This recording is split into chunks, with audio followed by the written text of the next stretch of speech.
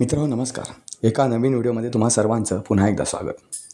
मित्रहो, अलीकडे आत्महत्येचं प्रमाण प्रचंड प्रमाणात वाढलेलं आहे. केवळ आत्महत्येचं प्रमाण वाढलं असं नाही, तर खून, दरोडे, बलात्कार अख्ख्या भारताचा, विशेष करून महाराष्ट्राचा पुरता बिहार झालेला आहे. या गोष्टी आपल्या बाबतीत जोपर्यंत घडत नाही तोपर्यंत एक इतर बातमींसारखी ही बातमीसुद्धा आपण नजरेखालून घालतो. पण ज्यांच्या आयुष्यात हे घडतं, ज्याच्या बाबतीत हे घडतं तो निघून जातो. पण ज्यांच्या आयुष्याशी त्याचा संबंध असतो त्यांचे आयुष्य पुरती उद्ध्वस्त होतात. अनेक वर्ष त्याच्यातून त्यांना सावरायला लागतात. आत्महत्या करणाऱ्याला याची जरासुद्धा तमा नसते की त्याच्यानंतर त्या प्रियजनांसाठी, ज्यांनी त्याच्यावर मनसोक्त प्रेम केलं, मनस्वी प्रेम केलं, ज्यांच्यासाठी तो एक आधार होता, भावनिकतेचा आणि आर्थिकपणाचा पण, त्यांचे हाल काय होतील हा जाणारा मनुष्य कधीसुद्धा पाहत नाही. मित्र हो, लक्षात ठेवा. यासाठीच आजचा हा मोटिवेशनल व्हिडिओ आपण बनवलेला आहे. मित्र हो, आत्महत्या करण्यामागे जी काही कारणं असतात ती क्षुल्लक जरूर असतील, पण त्याला अनेक धागे जोडलेले असतात.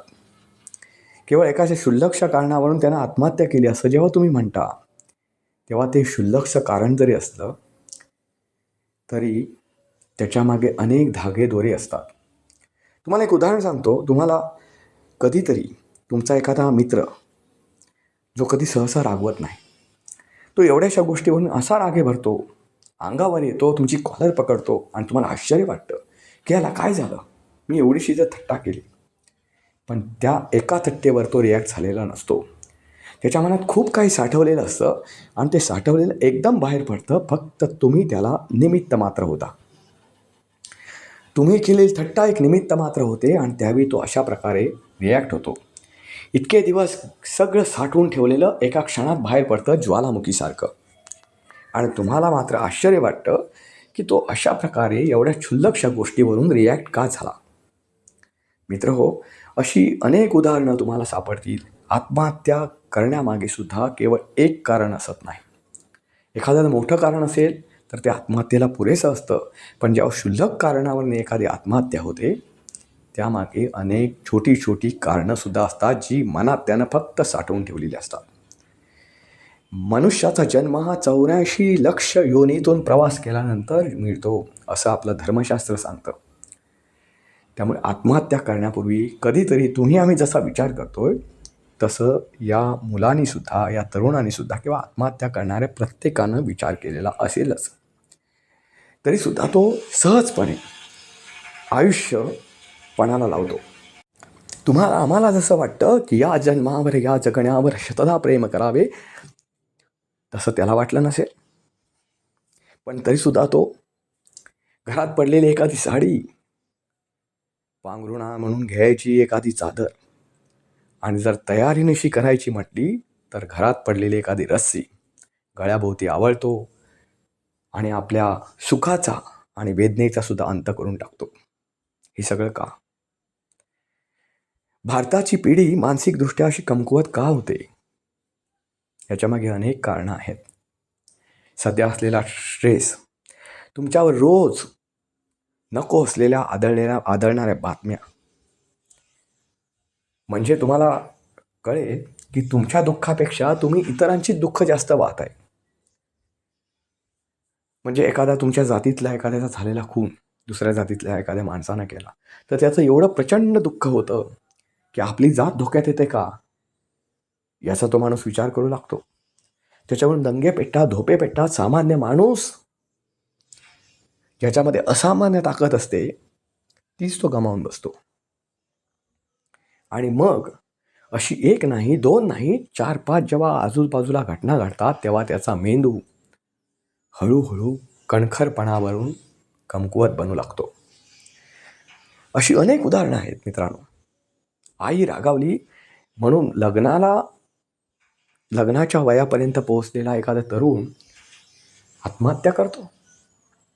अहो, ज्या आईनं तुम्हाला लहानपणी धोपटलं तरी त्या निरागसतेपणात ज्यावेळी तुम्हाला वाटलं नाही की आपण काहीतरी असं करावं, आपल्याला स्वतःला संपवून टाकावं, त्यावेळी तुम्ही आईचं ते रागावणं मुकाटेपणानं सहन केलेलं असतात, मुकाटपणानं सहन केलेलं असतं तुम्ही.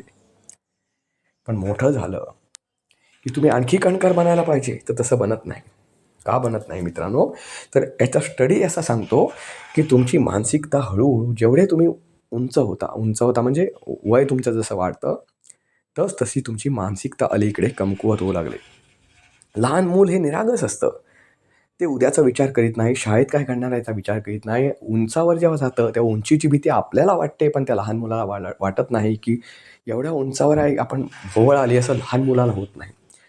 कारण भय, भीती, लाज, लज्जा या सगळ्यांच्या पलीकडं हे लहानपणाचं निरागसलेपण असतं. ते निरागसपणा तुम्ही जेव्हा गमावता मोठेपणी, तेव्हा तुम्ही मोठे झाला असं आपण म्हणतो, पण तुमचा मेंदू मात्र छोटाच राहिलेला असतो, जो कमकुवत असतो. आणि अलीकडे असे कमकुवत मेंदूंचे लोक खूप आहेत. त्यांना थट्टा करण्यासारखा हा विषय नाही मित्रांनो. तुम्हाला वाटेल की मी कमकुवत त्यांचा मेंदू आहे असं म्हणून त्यांची थट्टा करतो. हा थट्टा करण्याचा विषय जरूर नाही, पण कुठेतरी प्रत्येक माणसानं, प्रत्येक आईवडिलांनी विशेष करून त्यांच्या मुलाला घडवताना एका गोष्टीचा विचार केला पाहिजे की तुमचा मुलगा हा नेहमी नाही जिंकला तरी चालेल, पण नेहमी जर जिंकतच असेल तर त्याला कधीतरी हरण्याची सुद्धा सवय ठेवा. कारण तुमची कसोटी लागते जगण्याची ना. तुमच्या खऱ्या आयुष्यामध्ये हरल्यानंतर उभा राहणारा माणूस हा उंचीनं मोठा असतो, आणि जिंकल्यावर आनंदोत्सव साजरा करणारा माणूस हा दुनियेच्या दृष्टीनं ग्रेट नक्की असेल, पण त्याच्या खऱ्या आयुष्यात त्याचा ग्रेटपणा हा काहीच कामाचा नसतो. हरणारा माणूससुद्धा कधी ना कधी जिंकतो. कधी जिंकेल तर तो पुन्हा उभा राहील, नव्यानं सुरुवात करेल.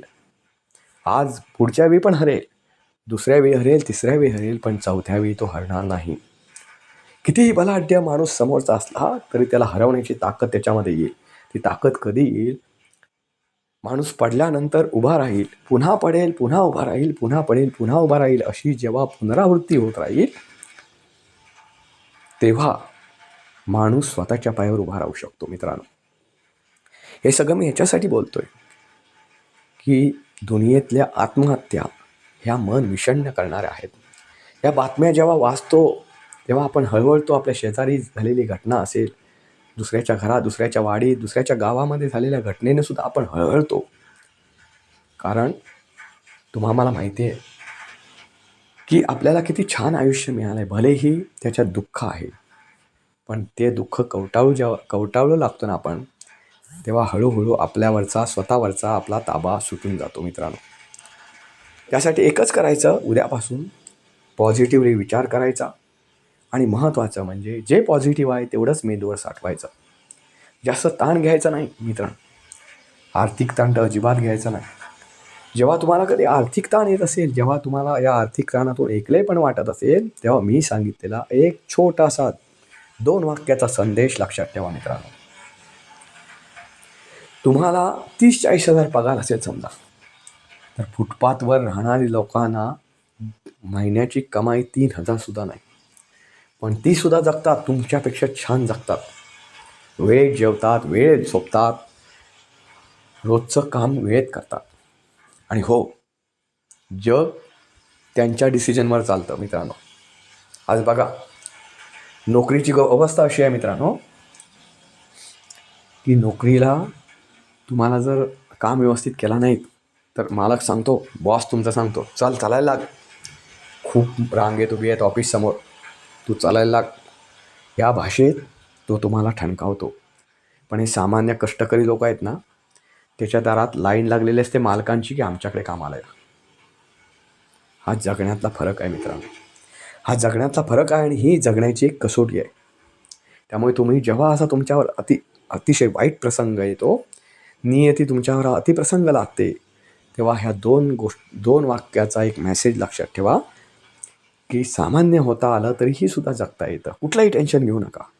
उद्या तुमच्या मिसेसचं काय होईल, पत्नीचं काय होईल, आईवडिलांचं काय होईल, तुमच्या मुलाचं काय होईल, अजिबात विषय करू नका. या देवानं तुम्हाला, तुमच्या मुलांना, तुमच्या मिसेसला जन्माला घातलं आहे, त्यानं सगळ्या गोष्टी त्यांच्या नशिबात लिहिलेल्या आहेत, चांगल्यासुद्धा वाईटसुद्धा. तुम्ही असला तर तुमच्या बरोबरीनं आणि तुम्ही नसला तर तुमच्याशिवाय जगण्याची ताकद त्यांच्यामध्ये त्यांनी दिलेली आहे. जोपर्यंत त्यांचं नशीब त्यांना साथ देतं आहे तोपर्यंत देवाची सुद्धा साथ त्यांना मिळणार आहे.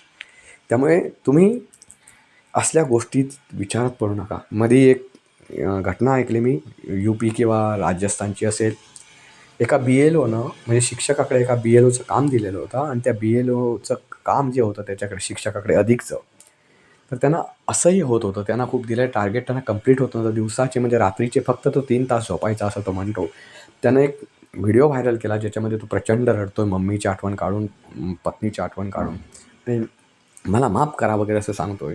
आणि त्याने एक चिठ्ठीसुद्धा लिहून दिली आहे. त्याच्यात त्याने म्हटलं आहे की बाबा मला हे काम असह्य झालं आहे, त्यामुळे मी आता स्वतःला संपवतो आहे. मला हे नाही शक्य, मला जगायचं होतं पण ही यंत्रणा जगू देत नाही. मला एक म्हणायचं मित्रांनो, कुठलाही एक मार्ग हा आयुष्यातला शेवटचा मार्ग अजिबात नसतो. तुम्ही एका वाडीत जा आणि रस्ता चुका, तुम्हाला दुसरा रस्ता त्या वाडीत नेऊन सोडतो. अहो, एखाद्या वाडीत जाण्यासाठी जर एवढे रस्ते आहेत तर तुमच्या आयुष्यात किती वाटा आहेत? 100 वर्षाच्या आयुष्यात 100 वर्ष आपण मानतो, 100 भरली वगैरे म्हणतो, म्हणून या 100 वर्षाच्या आयुष्यात कितीतरी मार्ग आहेत हो जगण्याचे. अगदी नाहीच सापडला तर आताच्या काळात मोलमजुरी करूनसुद्धा आपण स्वतःचं आणि स्वतःच्या कुटुंबाचं जीवन जगू शकतो, त्यांचं भागू शकतो. हां, या सर्व ह्याच्यामध्ये तुम्ही एकटे पडू शकता कधी, तर तुमच्या नातेवाईकांची जर तुम्हाला साथ नसेल तर. तुमच्या पत्नीची, तुमच्या आईवडिलांची जर तुम्हाला साथ असेल, ते खंबीरपणे तुमच्या मागे उभे राहत असतील, तर तुम्ही कधी स्वतःला एकटं नका समजू. भलेही काम जाऊ दे, अहो लाखोंची नोकरी जाऊ दे, काही फरक पडत नाही. असं तुम्ही सांगायला शिका तुमच्या बॉसला. तुम्ही काम करताय आणि त्याचा तुम्हाला मोबदला मिळत नसेल किंवा मोबदला कमी मिळत असेल किंवा बॉसची जर अशी दादागिरी असेल तर नोकरीवर लाथ मारा. आणि खूप जग तुम्हासाठी खुलं आहे हो. एवढं काय म्हणतात ते 1200 स्क्वेअर फीट 1500 स्क्वेअर फीटच्या गाळ्यामध्ये एखाद्या मालकानं ऑफिस टाकलं आहे आणि ते म्हणजे तुम्ही तुमचं विश्व समजताय, ते म्हणजे तुम्ही आमचं आयुष्य समजताय. अरे हेट, बाकीची दुनिया त्याचं 1200-1500चं ऑफिस सोडून द्या. बाकी कित्येक अब्जावधी अगदी काय म्हणतात ते आपण म्हणू शकणार नाही एवढं स्क्वेअर फीटचं जग तुम्हाला पडलं आहे. काय भीक घालता त्या ऑफिसचा? दुसरे पर्याय शोधा आयुष्यात. खूप प्रचंड पर्याय पडलेला आहे. जग तुमच्यासाठी पैसे घेऊन उभं आहे. फक्त डोकं चालवा. आज नाही मिळणार, उद्या नाही मिळणार, परवा नाही मिळणार. मित्रांनो, मी तुम्हाला आत्ता सांगतो, देव हा रावाचा रंक आणि रंकाचा राव करू शकतो. एका काळाच्या एका तडाख्यात, फक्त एका तडाख्यात 5 मिनिटात एवढी देवामध्ये ताकद आहे. तो रंकाचा रावसुद्धा करू शकतो आणि रावाचा रंकसुद्धा करू शकतो. एवढी ताकद या देवामध्ये आहे.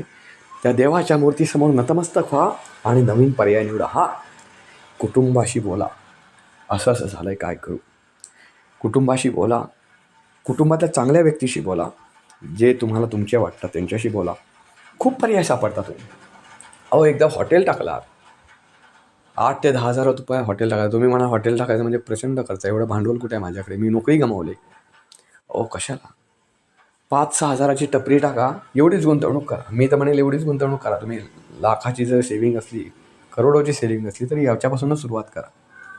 त्याच्यातून जे इन्कम मिळेल ते त्याच्यातच गुंतवा. पुढे वाढवा एखादा पदार्थ, असं सगळं करा. कारण विश्व निर्माण झालं ना ते शून्यातून झालं मित्रांनो, ते इतर कुठल्या आकड्यातून झालं नाही. त्यामुळे तशीच तुम्ही शून्यातून सुरुवात करा. तुम्ही करोडोतून सुरुवात करायला गेलेत आणि तुम्ही लॉसमध्ये आलात तर करोडो रुपये पण जातील आणि तुम्हाला जगायला पण काही उरणार नाही. उलट डोक्यावर कर्ज होऊ शकतं तुमच्या.